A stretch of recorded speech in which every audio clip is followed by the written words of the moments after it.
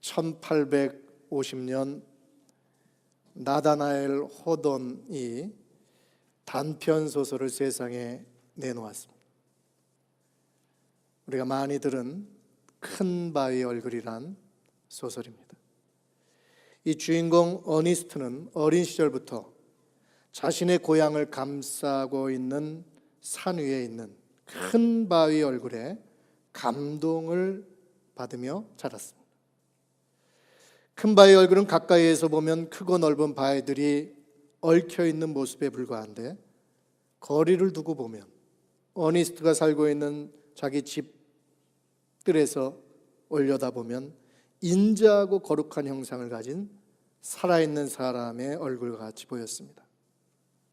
구름이 드리우고 노을이 있는 황혼에는 더욱 장엄함과 평안함이 온 세상 사람들을 포용하고도 남을 모습으로 보였습니다. 어니스트의 어머니는 사람들이 언젠가는 큰 바위 얼굴과 똑같이 생긴 위대한 사람이 나타날 것이라는 예언이 예전부터 전해져 왔는데, 바로 그 사람을 기다리며 살고 있다라고 어니스트한테 얘기를 해줬습니다. 이 어니스트 또한 그 예언을 믿고 일평생 큰 바위 얼굴을 닮은 사람이 나타나기만을 기다렸습니다. 그러던 어느 날 어니스트는 반가운 소식을 듣습니다. 자신의 고향 출신으로 세상에 나가 큰 돈을 번 게더 골드라는 사업가가 이제 노년을 고향에서 살려고 자기 아버지가 살던 조그마한 움막을 치우고 가장 유능한 목수들을 보내서 화려한 왕궁과 같은 집을 짓고 있다고 소식을 듣게 됩니다.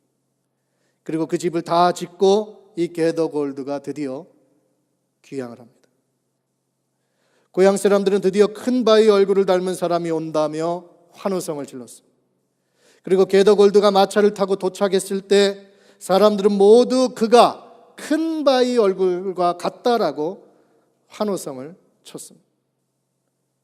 고개를 들어 게더 골드의 얼굴을 살펴본 어니스트는 실망하고 말았습니다. 왜냐하면 자기가 날마다 바라보고 날마다 사모하고 날마다 음미한 그 큰 바위 얼굴과 전혀 달랐기 때문입니다. 세월이 흘러서 고향 출신의 전쟁 영웅인 한 군인이 호위병들을 거닐고 귀향을 합니다. 사람들이 대대적으로 환영하면서 그 장군을 보자마자 큰 바위 얼굴과 똑같다라고 놀라워합니다. 그러나 어니스트는 이번에도 실망을 하고 맙니다. 그가 기대했던 얼굴이 여전히 아니었습니다. 세월이 또 흘러 고향 출신의 위대한 정치가가 나타났습니다. 그의 웅변은 사람들의 마음을 사로잡았고 각 나라의 지도자들을 매료시켰습니다. 그리고 드디어 대통령으로 선출이 되었다는 소식이 들렸습니다. 그가 고향으로 돌아오자 모든 사람들이 나와 그야말로 큰 바위의 얼굴과 똑같은 쌍둥이와 같다라고 말했습니다. 큰 바위 얼굴이 드디어 자기 짝을 찾았다고도 얘기했습니다. 사람들 틈새로 겨우 그를 쳐다본 어니스트는 실망을 금할 길이 없었습니다. 세월이 흘러 어니스트는 어느덧 백발의 노인이 됩니다. 그러나 그는 어린 시절부터 노인이 되는 그날까지 날마다 성실함 가운데 자기 일을 마치고 집 밖 그네에 앉아 큰 바위 얼굴을 바라보며 그를 닮은 자를 만나기를 소원했습니다. 그러면서 어느 날부터인지 동네 사람들에게 자신의 영혼 깊은 곳에서 샘솟는 설교를 나누기 시작했습니다. 어느 날 사람들은 자연스럽게 숲속에서 모여 어니스트의 말을 경청하고 있었습니다. 해는 서쪽으로 기울고 황금빛 노을이 큰 바위 얼굴에 비추었습니다. 주위를 둘러싼 구름은 마치 어니스트의 백발과도 같았습니다. 그 순간 어니스트의 얼굴은 그가 말하고자 했던 생각과 일치되어 자비심이 섞인 장엄한 표정을 지었습니다. 그중 한 시인이 참을 수 없는 충동으로 팔을 높이 들면서 보시오 보시오, 어니스트야말로 큰 바위의 얼굴과 똑같습니다. 사람들은 큰 바위 얼굴과 닮은 사람을 드디어 만났습니다.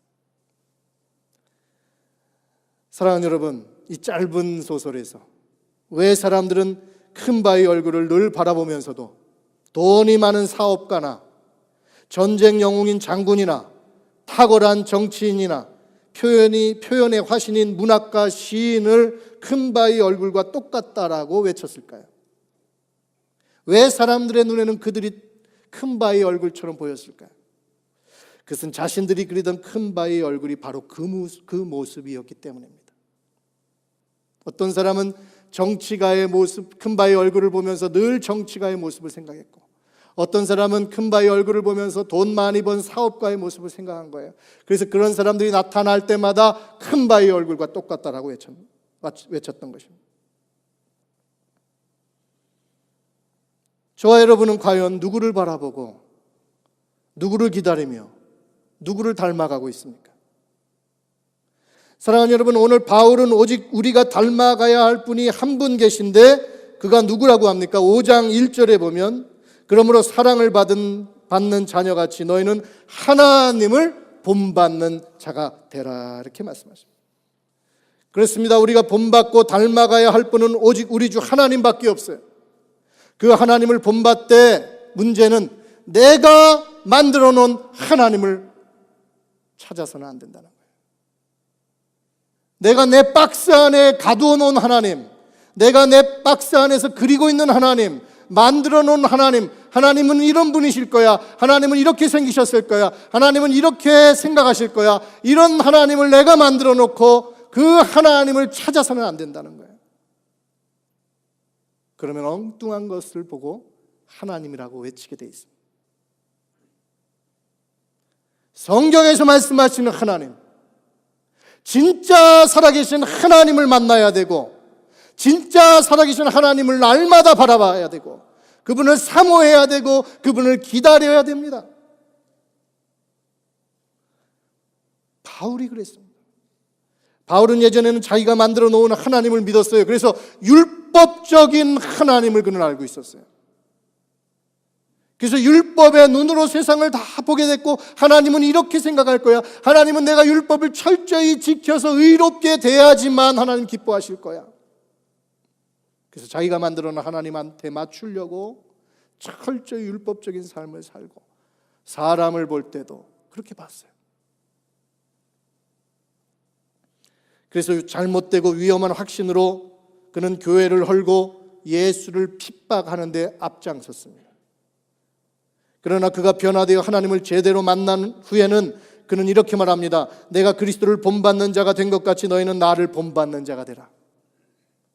여러분, 정말 바울을 살펴보면 그의 메시지, 그의 삶, 그의 언어, 심지어 그의 죽음까지 예수님을 똑같이 닮았어요. 어떻게 이것이 가능합니까? 그는 날마다 순간마다 이제는 주님만 바라보고 주님만 사모하는 자가 되었기 때문입니다. 그러므로 오늘 에베소 성도들과 우리에게도 이제는 너희도 하나님을 본받는 자가 되라라고 말하고 있는 거예요. 시간이 가고 세월이 갈수록 더욱 예수님을 닮아가는 저와 여러분 되시기를 주님의 이름으로 축원합니다. 그러면 성경은 오늘 우리에게 어떻게 하나님을 본받고 하나님의 무엇을 본받아야 된다라고 말씀하실까요?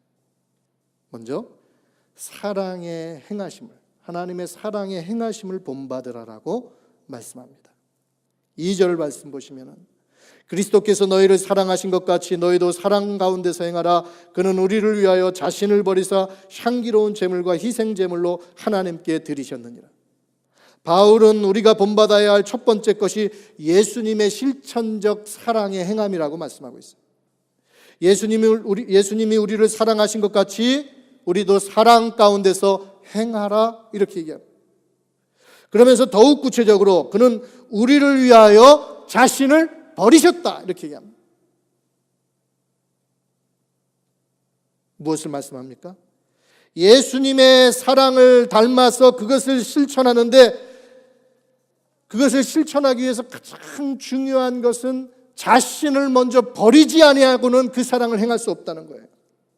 자신을 버리는 것부터 시작해야지만 예수님의 사랑을 내가 실천할 수 있다는 거예요. 사랑하는 여러분, 부족한 종도, 저도 이것이 숙제입니다. 날마다 남을 위하여 나를 버리지 아니하면, 성도를 위하여 나를 버리지 아니하면 진정으로 사랑을 실천할 수가 없습니다. 입으로는 얼마든지 해요. 사랑합니다. 카톡으로도 얼마든지 사랑합니다. 근데 나를 죽이지 아니하면, 나를 버리지 아니하면 아가페의 사랑은 할 수 없어요. 예수의 사랑을 실천할 수는 없어요. 저는 예전에는 주님이 갈보리에서 십자가를 지셨다라고 생각했어요. 그러나 예수님을 생각하고 예수님을 묵상하고 예수님을 바라보면 바라볼수록 예수님은 갈보리에서 십자가를 지신 것이 아니었습니다. 예수님은 이미 만세 전부터, 영원부터 십자가를 지셨습니다. 예수님은 이미 창세기 3장에서 여자의 후손과 가죽옷을 지어 입히실 때 십자가를 지셨습니다. 예수님은 이미 출애굽의 유월절 어린 양으로 십자가를 지셨습니다. 예수님은 레위기의 그 처절한 제물들 속에서 나오는 수많은 피 속에서 십자가를 지셨습니다. 구약이 다 예수님의 십자가 얘기였어요. 천상에서 성육신하여 인간으로 오실 때 예수님은 이미 십자가를 지셨습니다. 좀처럼 변화되지 않는 제자들을 3년 동안 훈련시킬 때 주님은 이미 십자가를 지셨습니다. 겟세마네 동산에서 피가 땀이 되어 흐를 때 이미 예수님은 십자가를 지셨습니다. 그리고 본디오 빌라도의 법정에서, 조롱하는 헤롯의 법정에서 이미 십자가를 지셨습니다. 그리고 갈보리에서 십자가를 지셨습니다. 갈보리에서 십자가로 지신 것이 끝난 것이 아니라 부활하시고 하나님 우편에 앉으셨는데, 요한계시록에서 요한이 뭐라 그러는 줄 아세요? 내가 보좌 앞에 있는 어린 양을 봤는데 일찍 죽임을 당한 모습이다. 지금도 하나님 보좌 우편에 계신 예수님이 십자가 지신 모습으로, 십자가의 마음으로 하나님 우편에서 우리를 위해서 기도하고 계세요. 아니, 주님은 영원토록 십자가를 지고 계세요. 예수님의 마음 자체가 십자가요. 예수님의 삶 자체가 십자가요. 예수님의 일생 자체가 십자가, 예수님 자체가 십자가입니다. 이러한 예수님의 십자가의 마음, 십자가의 삶을 하나님이 무엇이라고 그러는지 아세요? 오늘 말씀 보니까 향기로운 제물이라 그랬어요. 여러분, 성경에 보면 하나님이 받으시는 제물이 있고 받지 않는 제물이 있습니다. 가인의 제물은 받으실 수가 없었습니다. 이사야서 1장에 보면 너희들이 가져오는 수많은 제물이 내가 싫다. 너희들이 갖고 오는 수많은 제물 예배가 내게는 무거운 짐이라 그랬어요. 그러나 예수님의 이 제물 되심, 예수님의 십자가의 이 제물 되심은 하나님께는 향기로운 제물이 되셨다 그랬어요. 우리가 나 자신을 온전히 버리면서 정말 다른 사람을 위하여 나를 버리고 그를 사랑하게 된다면 그것이 바로 하나님 앞에 향기로운 제물이 되는 것입니다. 희생제물로 하나님께 드리심이 됐다 그랬습니다. 그것도 하나님께서 가장 기뻐하시는 헌신이 됐다는 거예요. 여러분, 얼마든지 이 권목사가 죽지 않고 여러분 섬길 수 있습니다. 철저하게 내가 살아있으면서도 겉으로는 여러분들을 얼마든지 섬길 수 있어요. 그런 모습이 가끔 저에게 나타나요. 아니, 많이 나타나요. 그게 우리예요. 그러면 하나님이 그 향기로운 제물이 아니기 때문에 그걸 받으실 수가 없어요. 근데 어느 날 처절하게 깨지고 울고 회개하고 용납하고 받아주고 날 죽이면 주님이 향기로운 제물로 받으십니다. 그것이 가정에서 이루어져야 되고, 여러분의 사업처에서 이루어져야 되고, 여러분의 직장에서 이루어져야 되고, 우리 교회 공동체 안에서 이루어져야 됩니다. 너희를 위하여 자신을 버리사, 자신을 죽이사 하나님 앞에 거룩한 산제물이 되실 때 하나님 앞에 향기로운 제물이 되셨다 그랬어요.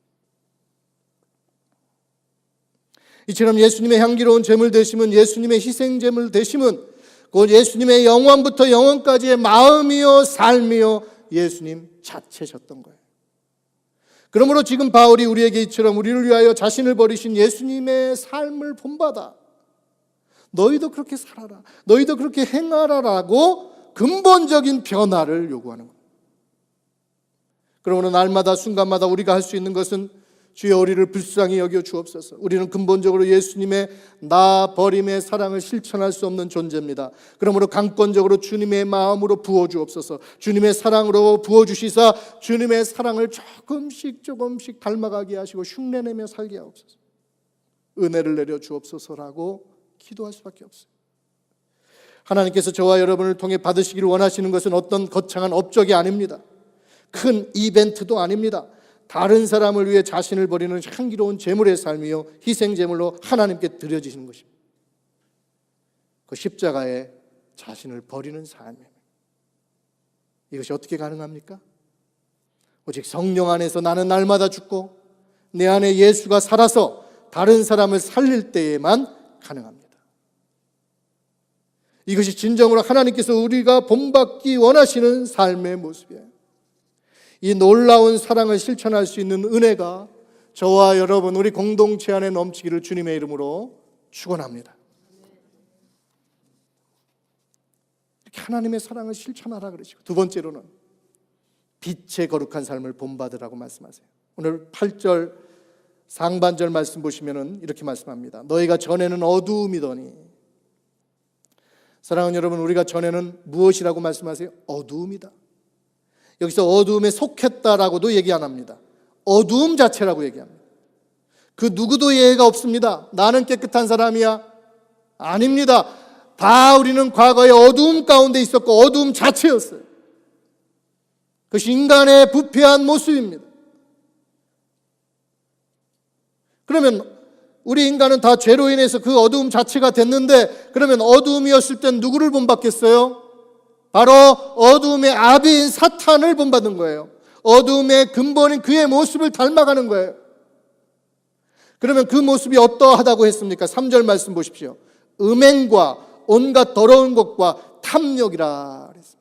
성경에서 어두움을 얘기할 때 가장 먼저 나오는 게 음행이에요. 더러운 것이에요.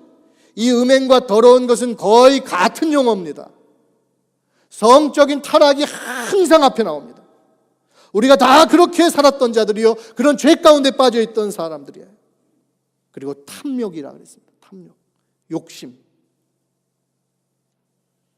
이 탐심은 5절 말씀에 보면 탐심은 곧 우상숭배자라 이렇게 얘기합니다. 성경은 항상 욕심, 탐심을 우상숭배와 동일하게 봅니다. 우상은 우리가 나무로 금으로 형상을 만들고 그 앞에 절하는 게 아니에요. 내 안에 있는 욕심, 내 안에 있는 탐심을 숭배하는 게 우상숭배. 하나님 주신 것에 대해서, 하나님 주신 삶에 대해서 자족하지 못하고 감사할 줄 모르고 끊없이 욕심을 부리고 끝없이 탐심을 부리고 그것을 몰두하고 그것을 추구하고 그것만을 바라보고 그것을 위해서 하나님은 수단이 되고 하나님은 서포터가 되고, 그게 우상숭배예요. 교회 나오면서도 신앙생활 한다고 하면서도 얼마든지 우리는 하나님과 예수님 외에 엉뚱한 하나님을 섬기고 있을 수 있는 거예요. 엉뚱한 예수님을 섬길 수 있는 거예요. 이게 우상숭배예요. 그러면 이들의 문제가 뭡니까? 이러한 것들이 죄인지조차 모른다는 거예요. 왜요? 어두움 가운데 있으니 그것이 죄로 보이지도 않고 깨닫지도 못한다는 거예요. 지금도 보세요. 죄의 속성은 어두움입니다. 어두움 속에서 행하고 숨어서 은밀히 행합니다. 그러면 그 결과가 어떻게 된다 그래요? 5절 말씀 보세요. 너희도 정녕 이것을 알거니와 음행하는 자와 더러운 자와 탐하는 자 곧 우상 숭배자는 다 그리스도와 하나님 나라에서 기업을 얻지 못하리니. 어두움 가운데 사는 자들은 에베소서에서 계속해서 말씀하시는 하나님 나라의 기업, 하나님 나라의 상속자가 될 수 없다는 거예요. 왜요? 그 나라는 빛의 나라요, 거룩한 나라요, 영광의 나라인데 어두움을 갖고는 절대로 어두움의 삶을 해결받지 않고는 빛의 나라로 들어갈 수 없기 때문에. 오히려 어두움 그 자체의 삶을 산 자들은 어떻게 된다고 합니까? 6절에 보면 하나님의 진노가 그들에게 임한다 그랬어요. 제가 지금 고민에 빠졌어요.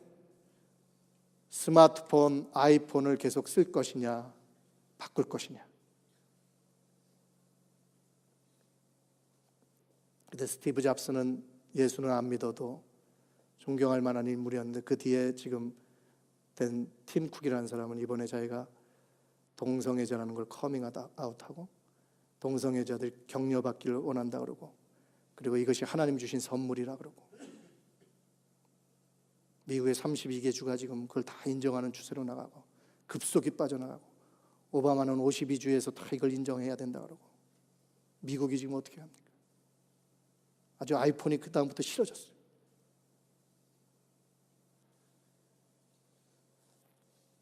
죄로 인정 안 해요. 권리로 봐요. 하나님 주신 선물이래요. 캘리포니아에서 어떤 목사님이 동성 결혼 주례를 거부했다가 벌금을 받고 또 감옥에 갑니다. 목사가 주례의 권한도 없어져요. 이제 개인주의가 팽배해지면서 개인의 권리는 주장하고 소수의 인권이라 그러면서 그 사람들의 권리는 주장하면서 공동체의 주장과 공동체의 권리는 무너지고 있습니다. 하나님의 믿음으로 세워진 이 나라가 지금 상당히 심각한 상태로 치닫고 있어요. 여러분, 마지막 때가 되면 악은 악으로 치닫습니다. 악이 얼마나 현명하게, 악이 얼마나 멋있게, 악이 얼마나 근사하게 접근하는지 몰라요. 아주 합리적이고 아주 이성적으로 봅니다. 개인을 아주 존중해요. 그게 뭐예요? 인간을 신처럼 받드는 거예요. 각자가 좋은 대로 살라는 거예요. 포스트 모더니즘 시대. 진리를 다 상대화시킵니다. 악은 그렇게 치달아요. 근데 한쪽에서는 하나님의 말씀은 땅끝까지 전파됩니다. 하나님의 복음은 땅끝까지 전파됩니다. 그래서 하나님의 복음이 땅끝까지 완전히 전파되고 악은 악으로 땅끝까지 치달았을 때, 그때에 주님이 오시는 거예요. 그래서 한쪽은 구원의 큰 영광 가운데 주님 앞에 나가는 거고, 한쪽은 자기 어둠 가운데 지은 모든 죄에 대해서 심판을 면할 수가 없는 거예요.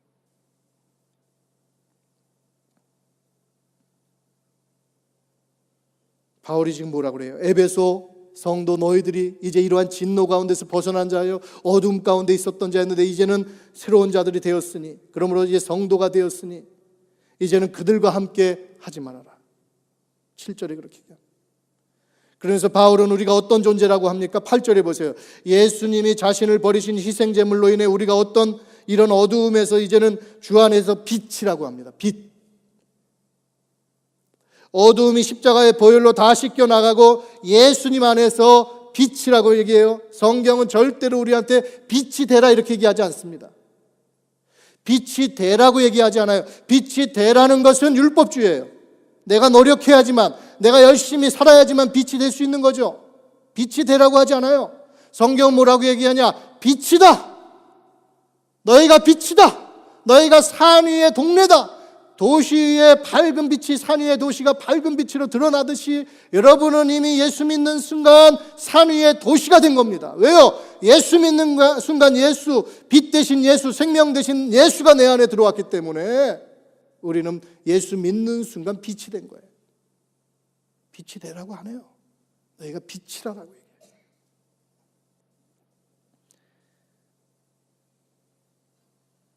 그러므로 이제는 빛이 되었으니 빛의 자녀들답게 행하라는 겁니다.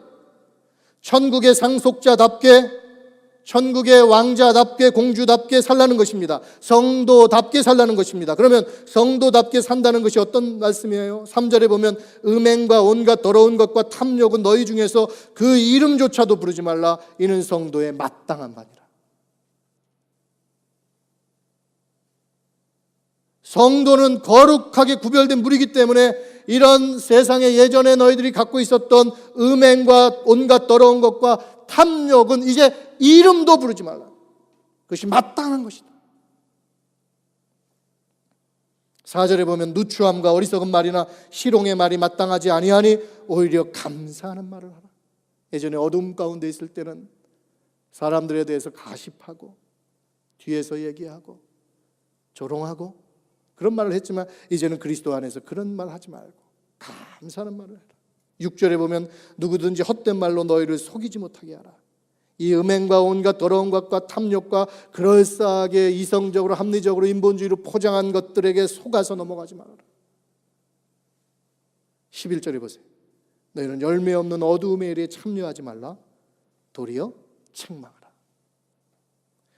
위의 말씀은 이제 빛인데도 불구하고 다시 어두움의 이름을 부르고 어둠의 말을 하고 어두움 속에 속고 어둠에 참여해서는 안 된다는 것입니다. 이 말은 뭐예요? 그렇게 넘어질 가능성이 우리에게 언제나 있다는 거예요. 또 넘어질 수도 있다는 거예요. 실수할 수도 있다는 거예요. 실패할 수도 있다는 거예요. 우리가 어떻게 완전해요? 천국 가면 완전하지만 이 세상 사는 동안은 또 어두움 속으로 들어갈 때가 있어요.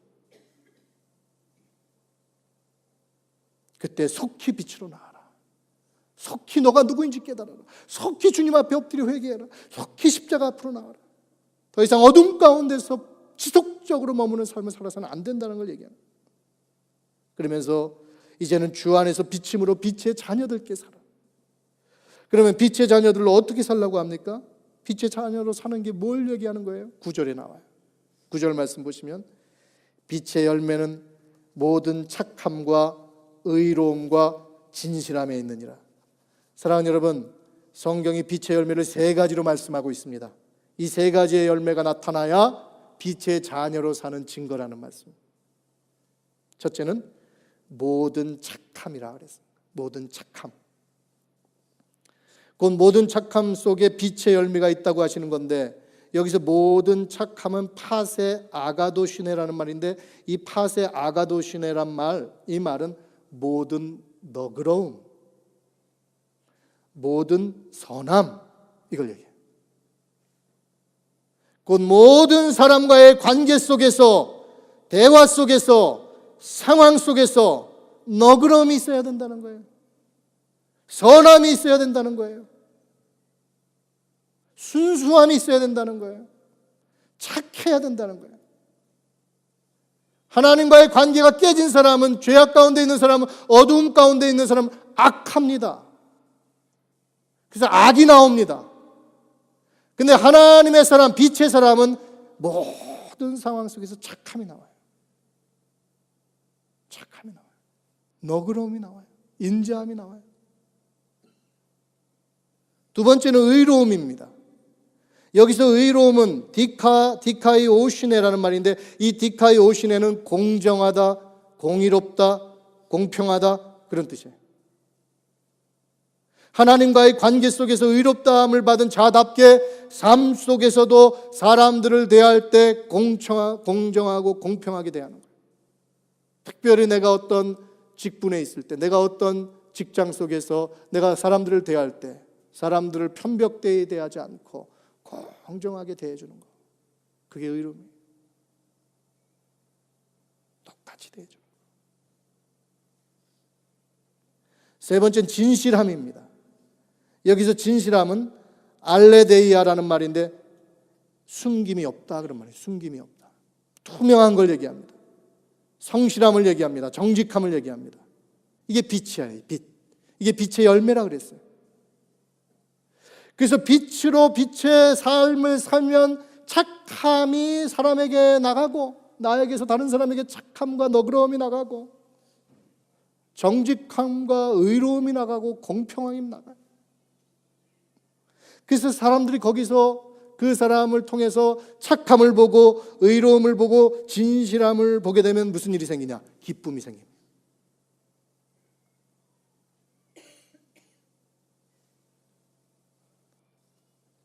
사랑하는 여러분, 이러한 모든 착함과 의로움과 진실함이 누구에게서 왔습니까? 누구의 모습입니까? 예수님의 모습이에요. 빛이신 주님의 모습이에요. 예수님처럼 모든 자들에게 너그러우신 분이 어디 있습니까? 예수님처럼 의롭고 공정하고 공의로우신 분이 어디 있습니까? 예수님처럼 진실하고 정직하신 진리 자체이신 분이 어디 있습니까? 그런데 바로 이 빛이신 예수님의 열매를 이제 우리에게서 요구하고 계신 거예요. 예전에는 모든 악함과 모든 악의로 살았다 그랬어요. 예전에는 불의 가운데 살았다 그랬어요. 예전에는 거짓 가운데 살았다 그랬어요. 그런데 이제는 빛이기 때문에 이런 열매를 맺으면서 살아야 된다는 것입니다. 우리 자신을 보면, 우리 자신의 부패함을 보면 도저히 불가능합니다. 그러나 성경이 너희는 더 이상 어두움이 아니요 주 안에서 빛이라, 빛의 자녀들처럼 행하라, 빛의 열매를 맺으라고 하실 때는 그렇게 살 수 있기 때문에 말씀하시는 거예요. 그러므로 우리의 죄성은 그렇게 살 수 없으며 그렇게 살 수 없다라고 우리 속에서 아우성치지만 우리의 영성은 하나님과의 관계 속에서 그렇게 살 수 있다라고 가르칩니다. 그 소리를 들어야만 합니다. 그리고 그 소리를 쫓아가야 됩니다. 그리고 그렇게 살려고 노력해야 됩니다. 애써야 됩니다. 그것이 바로 우리 주님을 바라보고 주님을 생각하는 거예요.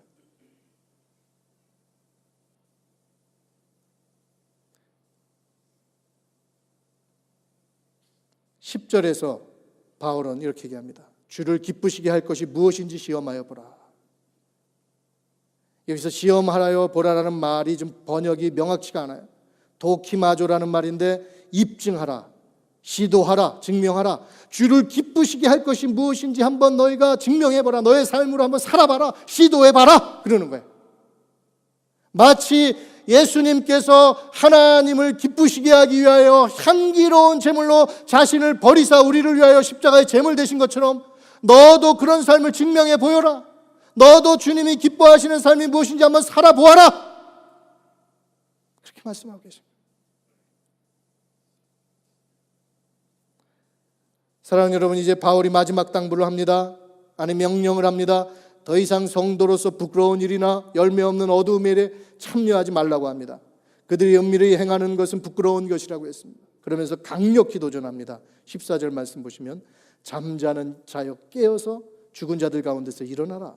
그리스도께서 너에게 비추이시리라 하셨느니라. 사랑하는 여러분, 저와 여러분은 하나님 나라의 상속자요, 비밀을 맡은 자요, 그리스도 안에서 새 사람이요, 빛이라 그랬습니다. 곧 하늘에 속한 모든 신령한 복을 받은 자들입니다. 곧 예전 어두움 가운데 있을 때에는 사탄을 닮아갈 수밖에 없었던 자들이에요. 그러나 이제는 예수 그리스도를 닮아가는 자로 우리를 새롭게 바꿔놓으셨습니다. 바울의 이야기처럼 이제 잠에서 깨어나기를 주님의 이름으로 축원합니다. 영적 잠에서 깨어나기를 주님의 이름으로 축원합니다. 잠에서 깨면 내가 누군지 알아요. 잠에서 깨면 내가 누군지 볼 수 있어요. 잠에 취해져 있는 한 내가 누구인지 몰라요. 잠에서 깨면 내가 하나님 나라의 상속자요, 하나님의 빛이요, 하나님의 자녀요, 하나님의 왕자요, 하나님의 공주임을 알게 돼요. 그리고 잠에서 깨어나면 날마다 바라볼 분이 생겨요. 그분이 누구예요? 우리의 큰 바의 얼굴이신 예수님입니다. 그 예수님을 날마다 영적 잠에서 순간마다 깨어나서 주님만을 바라보십시오. 주님만을 사랑하십시오. 주님만을 사모하십시오. 주님만을 기다리십시오. 그러면 다른 사람의 모습 가운데서 예수님을 발견하는 것이 아니라 세월이 가고 시간이 가면서 우리도 모르게 주님을 닮아 있는, 우리의 큰 바의 얼굴이신 예수님을 닮아 있는 모습이 저와 여러분의 모습 속에서 나타나게 될 줄 믿습니다. 그날까지 온전히 주님만을 바라보고 주님만을 사모하고 믿음의 경주를 경주하는 복된 인생 사시기를 주님의 이름으로 축원합니다. 기도하겠습니다.